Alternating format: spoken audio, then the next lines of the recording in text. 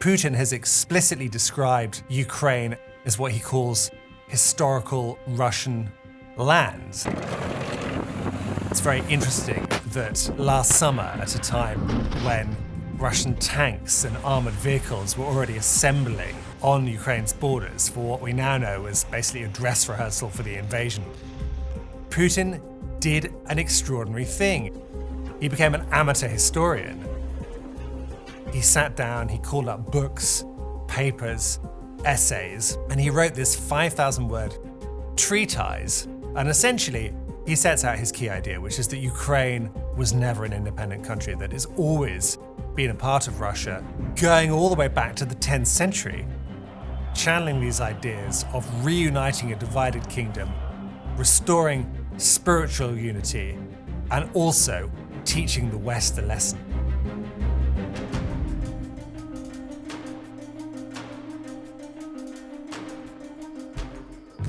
Ukraine's origins go back a very long way, and Putin would say that Russia's origins are the same and they go back the same distance in time. If you can sort of skim 1,000 years, imagine a river, a sort of flowing river with a few kind of wooden sort of encampments, a citadel, Vikings paddling down from the north. And what you have is you have a city-state called Kievan Rus.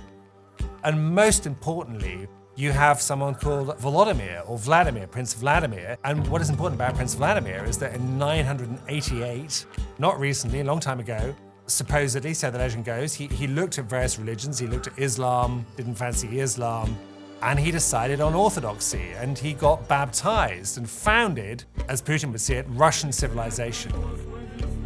This was a single, united kingdom. And Putin essentially is arguing that we should go back to that. We should go back to this unity. You talk to Ukrainians and they say, hang on a minute. By the 11th century, the 12th century, we had St. Sophia, which is this kind of wonderful cathedral, which is still standing in the center of Kiev. And Moscow, what was Moscow back then? Well, Moscow was forest and bog. But for Putin, this proves in his mind that there's a unity between these countries and that Ukraine is never really a thing. It's always been historical Russia, spiritual Russia, something he strongly believes and something which is driving the war today.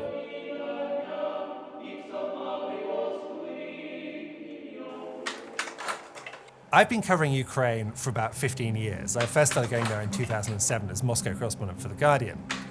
One of the elections I covered in 2010 was between Yulia Tymoshenko, good speaker, charismatic, more kind of pro-European, than her opponent, who was Viktor Yanukovych, who is essentially a kind of thug.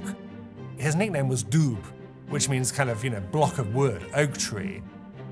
У Януковича, який представляє кримінальні кола, не існує.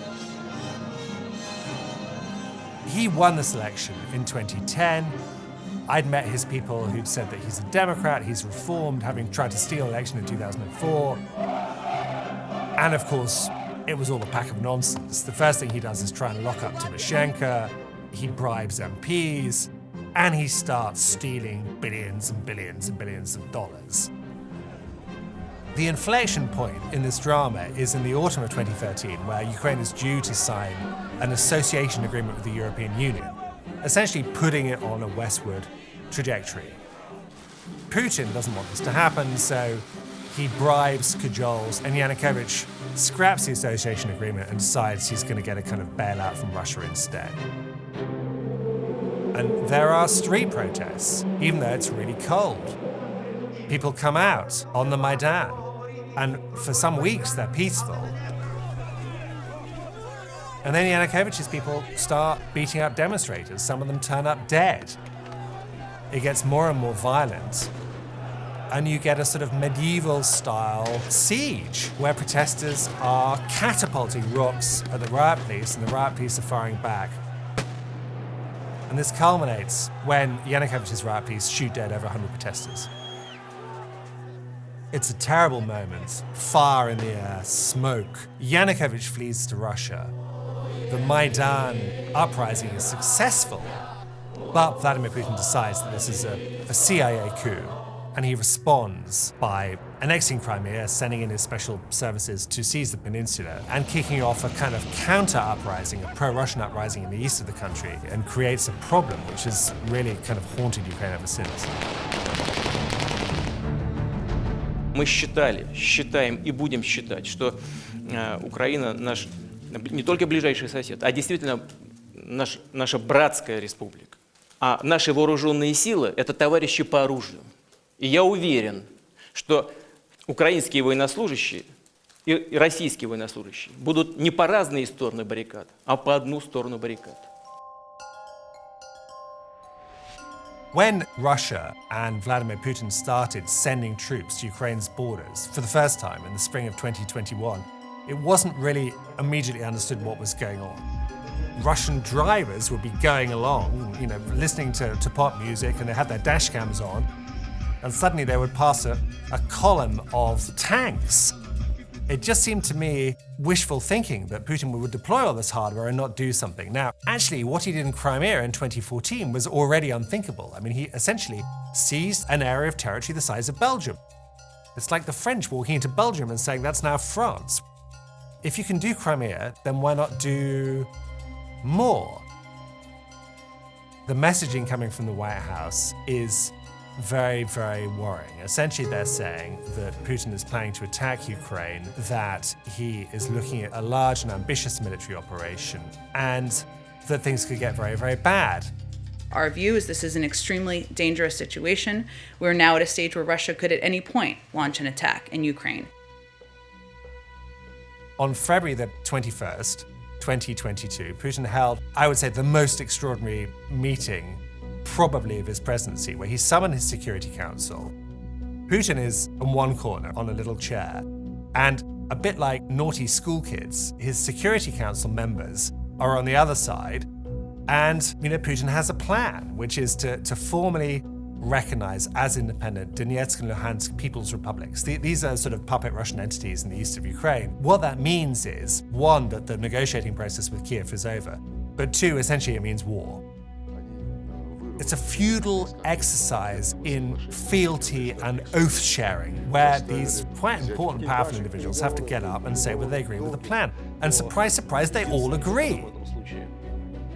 Sergei Narishkin, the head of Russian foreign intelligence, the SVR, he gets his lines wrong, and Putin sort of slaps him down. Говорите прямо. Я поддержу предложение о признании. Поддержу или поддерживаю? Говорите прямо, Сергей. Поддерживаю предложение. Так и скажите, да или нет. The whole elite basically say that they will follow Putin's course and what turns out to be what he calls a special operation in Ukraine. For special operation, read full-blown war. The Russian President Vladimir Putin has launched a major military operation against Ukraine. As Russian troops continue to invade, Ukrainian defense forces are putting up a fight, slowing Russia's advancements. It's clear this military campaign has not gone the way that Putin thought it would go. Putin is convinced that Ukraine is a place run by Nazis, but the ordinary Ukrainians, they were just yearning to be liberated by Russian troops, and that when Russian soldiers came in, they would greet them in traditional Ukrainian fashion with flowers or with bread and salt. And instead, they were greeted by mortars. They were greeted by babushka, by old ladies, unarmed, saying, "Fuck off." There has been the most furious, cohesive resistance from a whole country fighting for its survival against Russian occupation and what I would argue is essentially Russian fascism. Vladimir Putin has always been suspicious. He's always been paranoid. He's always been prone to conspiratorial thinking. I mean, that goes with KGB. I mean, it's a priori. It's how he sees the world. And the question is, has he gone mad, or is he acting rationally within his own warped parameters, within his own fictitious reality? And the thing I see is not just narcissism, which has always been there with Putin, but a growing sense of messianic purpose, that he's been sent by God, by history. Спасибо. And unfortunately, for now, I think Putin enjoys popular support for what he's doing, even though the version being told to Russians is a lie. I think this is the beginning of the end of Putin. I think this is the last act. If this is a Shakespearean drama, we're in Act 5. Scene 1 or Scene 2, Act 5. I think there are 3 more scenes to go.